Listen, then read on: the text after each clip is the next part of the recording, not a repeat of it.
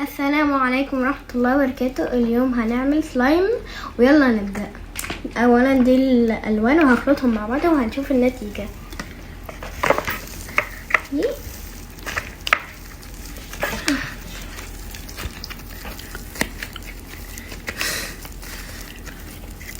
طبعا يا جماعة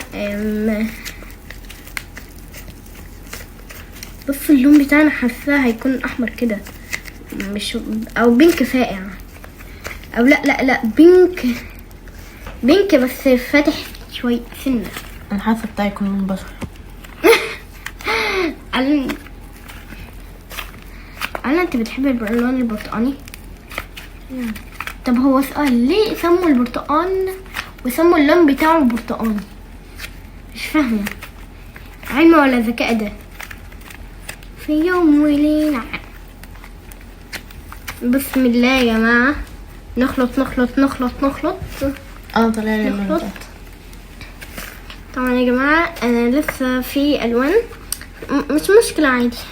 بعدين يلا هنكورهم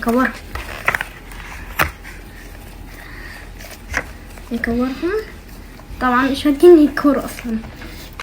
طبعا دمجنا الالوان. طبعا يا جماعة هكورهم. طلع لي اللون ده. وانا طلع لي اللون الجميل التحفة ده. مش طبعا هتحط لنا ميه بس نحط بالتدريج، ما تكتريش. طبعا هنصفي الميه ورا من ذا اللي سلايم.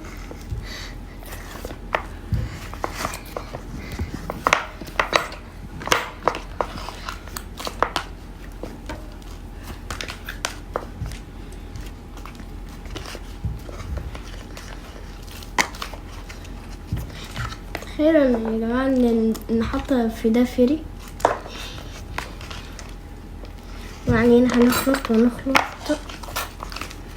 حاسة ان عايزة اقلب بالبتاع عشان ما يلزقش، او لا لما يكون سايل خالص هعجن بالبتاع بالمعلقة قصدي. طبعا هنحط كمان مية. انا الاول بليز. بس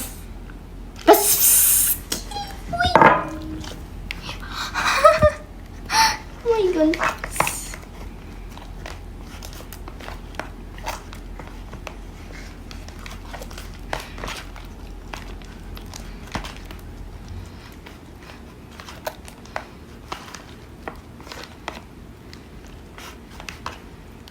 طبعا يا جماعة الملمس يجنن، بس مرمل كده صح؟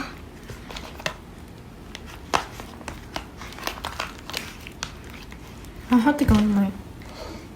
انا مش مطمنه خالص مع انك لسه ما بس احط لك نقطه.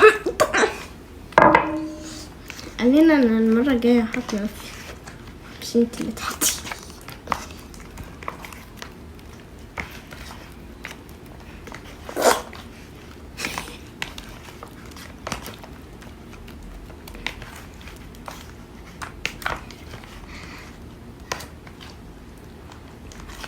يا جماعة طبعا احنا اتعلمنا الدرس في ايه، هنحط رغوة الحلاقة في الاخير.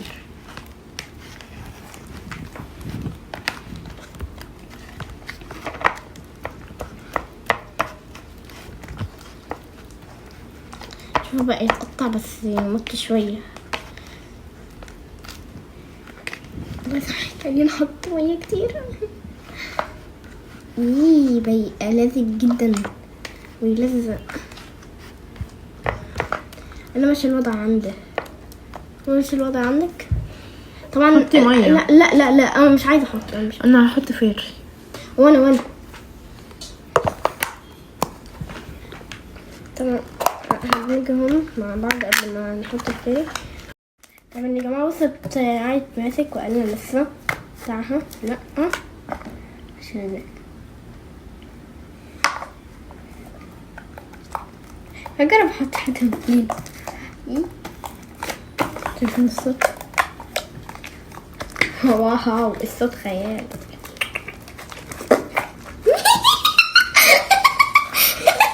والله يلا سيء هاتي قوي. طبعا بتاعكم مش لازم يكون سيء قوي. يلا حطيلي بس كده عشان ممكن نحتاج الفيري بتاعي بدأ يتمسك. طبعا يا جماعة عشان ربنا عامل زي الايس كريم كده، عايزة اكله.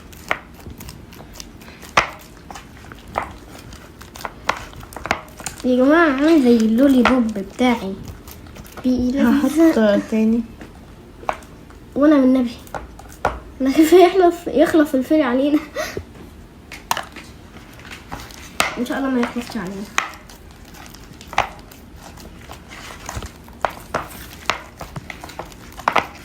يا جماعة فين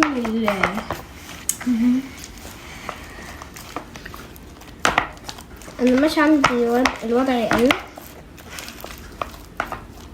بتاعي نفس بتاع قلبي صح. طبعا يا جماعة متحمسة لما ندمجهم في الاخر، متحمسة ليكون بس يا جماعة المطلع طبعا الغدرة دي حطيت لها فيرة وما حطيتليش. حط لي يا ماما بليز. بس هتمسك عندي هحطه. انا لسه بيتمسك عندي مش هحطه دلوقتي عشان خايفة يلزق او لا. بدأ يتمسك وما يلزقش. طبعا المعلقة جبتها ولا ليها اي 60 لازمة، يعني العجنة بالايد وبس وصدق الله العظيم. هو اتمسك بس بيلزق شوية.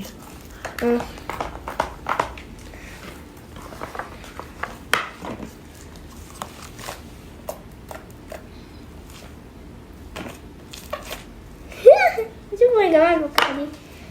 وانا كمان هحط لي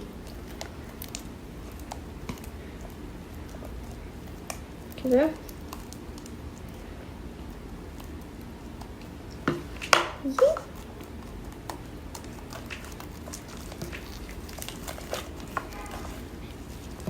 طبعا يا جماعة بقى متماسك بس بيلزق شوية.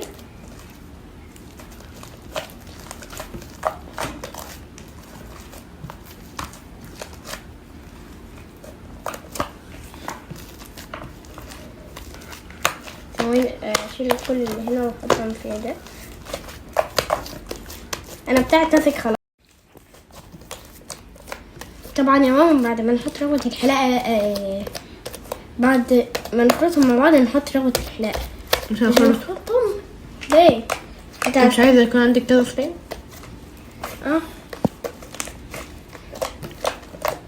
بس ما عنديش علب كتير. يلا يا ماما هنحط رغوة الحلاقة. يلا بس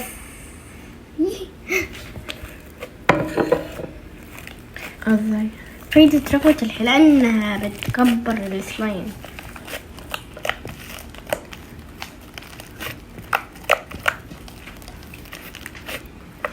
انا مش لازم يا الا تعملي كده، اخلطي وخلاص.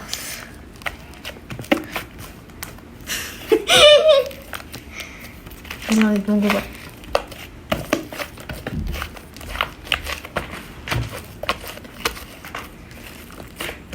انا تعالي شوف مين بتاعي انا هيطلع فقاعة الاول. تيجي نتابع.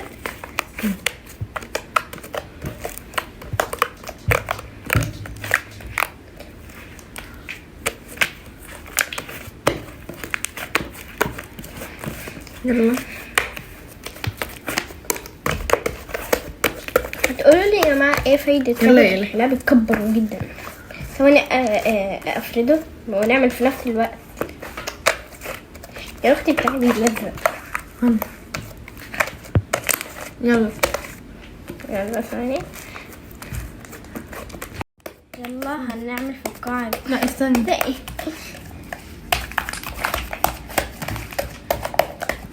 طبعا قال لنا يا جماعه بيسيب بها الامر. ثواني افرده يلا 1 2 3. يا جماعة احنا عملنا الموضوع ده اكتر من مرة، مش معنا بس في شوتس هتلاقوا فيديو انا عملت فيه في القاعة بالصدفة. هو بيلزق عندي مش عارفة. هلا اعمل كده. انا بتعرف يا جماعة اعمل بالحركة دي يا جماعة. يلا